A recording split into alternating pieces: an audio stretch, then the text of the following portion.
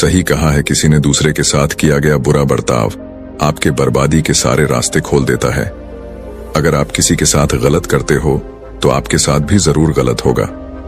उस वक्त शायद ये बात आपको समझ में ना आए, लेकिन देर से ही सही आपके कर्मों की सजा आपको जरूर मिलती है। आप इससे कभी बच नहीं सकते। जो आपने किया है उसका अंजाम आपको हर हाल में भोगना ही पड़ेगा। अगर आप किसी का दिल दुखाते हो या अगर आप किसी के साथ बुरा करते हो तो देर से ही सही, लेकिन कभी न कभी आपको आपके कर्मों का फल भोगना पड़ेगा। आइए इस बात को हम एक कहानी की मदद से समझने की कोशिश करते हैं। गौतम बुद्ध हर दिन की तरह उस दिन भी सभा कर रहे थे। तब तक एक ने उनसे पूछा कि गौतम बुद्ध, कर्मों का फल कैसा मिलता है? कृपया इस बारे में आप मुझे समझाएं। गौतम बुद्धा कहते हैं, एक समय के बाद रामू और श्यामू नाम के एक गांव में दो भाई रहते थे। श्यामू अक्सर रामू को देखकर जलता था, क्योंकि रामू स्वभाव से बहुत अच्छा था, लेकिन श्यामू का स्वभाव ऐसा नहीं था। उसके दिल में दूसरों के लिए कोई दया नहीं था। वो हमेशा दूसरों का अनादर करता और उन्हें नुकसान पहुंचाता रहता था। धीरे धीरे काफी वक्त गुजर गया। रामू श्यामू के माता पिता अब इस दुनिया में नहीं रहे।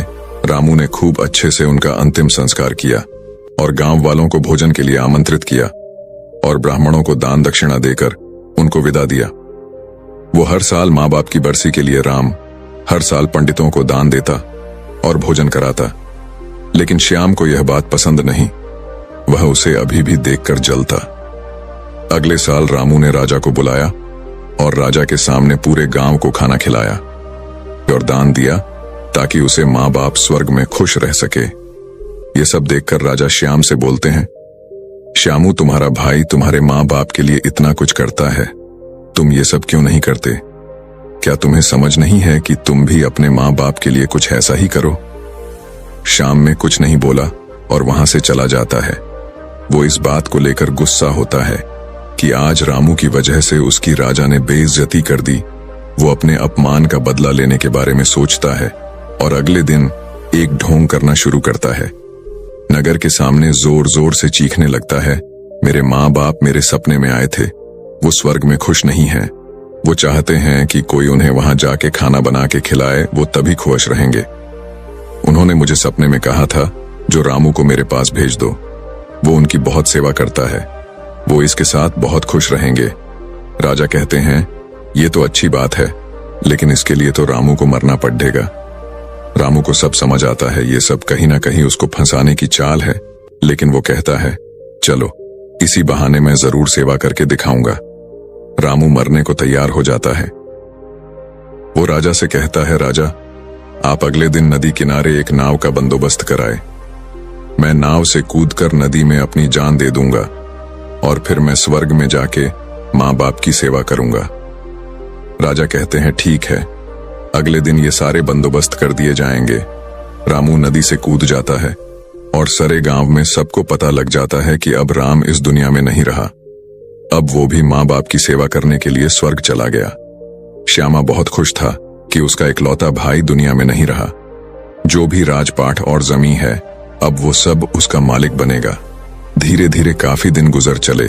एक दिन अचानक से राजा के दरबार के बाहर रामू बैठा होता है और जोर जोर से रो रहा होता है। राजा के सिपाही दरबार में ले जाते हैं और बोलते हैं, ये चमत्कार कैसे हुआ? तुम जिंदा कैसे हो? ये सब क्या बला है? फिर राम बताता है, मैं स्वर्ग में गया था, मैंने वहां देखा, लेकिन मेरे बाबा अब भी खुश नहीं हैं। वो मेरे पे गुस्सा हो रहे थे। उन्होंने मुझसे बोला, तुम्हें वैसे खाना बनाने भी नहीं आता तुमसे। अच्छा तो श्याम है, वो अच्छा खाना बनता है, इसलिए तुम जाओ और तुम उसे भेज दो। राजा श्याम को बुलाते हैं और सारी बात बता देते हैं कि तुम्हारे भाई ने तुम्हारे माँ बाप के लिए इतना त्याग किया है, लेकिन अब तुम्हारी बारी है। क्या तुम उनके लिए ऐसा कुछ नहीं करोगे? श्याम को अब ना चाहते हुए भी आखिर ये काम करना ही पड़ा है। अगले दिन फिर से सारी तैयारी कराई जाती है, लेकिन राम ने सोचा कि अगले दिन मैं जाऊंगा ही नहीं। अगले दिन मैं शहर छोड़कर कहीं चला जाता हूँ। फिर राम ने राजा को सारी बात बता दी थी। दरअसल वो जिंदा कैसे बचा, उसने पहले ही मछुआरे से अपनी बात कह रही थी कि वो उसकी जान बचाएगा। मछुआरे उसकी जान बचाई और वो 1 महीने तक नगर के बाहर रखा और सही वक्त आने पर राजा के दरबार में उपस्थित हुआ। वो वैसा सिर्फ उसको सबक सिखाने के लिए करना चाहता था। राजा बोले, चलो अच्छी बात है, लेकिन उधर श्यामनगर छोड़ने का प्लान बना चुका था कि अगली सुबह वो वहां नहीं जाएगा। वो रात के अंधेरे में घर छोड़कर भाग लेता है। सिपाही उसे देख लेते हैं और उसे रोकते हैं।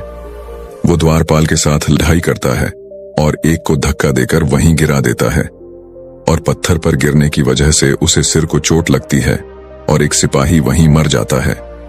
आखिरकार ये सारी बात राजा को पता लग जाती है। राजा उसे माफ करने वाले थे, लेकिन वो अब और गुस्सा हो जाते हैं। फिर अगली सुबह उसे नाव से वैसे धक्का दे दिया जाता है और वो उस नदी में डूब जाता है।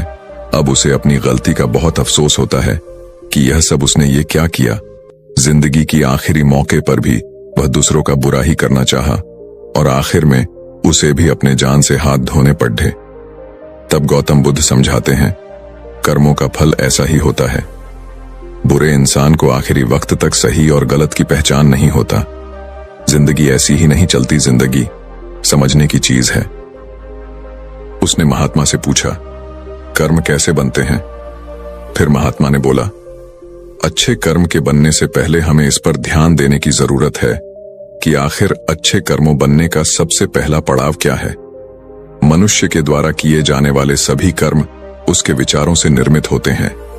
हमारी सकारात्मक या नकारात्मक सोच विचारों को जन्म देती है और वही विचार कर्म बनते हैं। इस तरह सोच सकारात्मक होने पर ही अच्छे कर्मों का निर्धारण हो सकता है।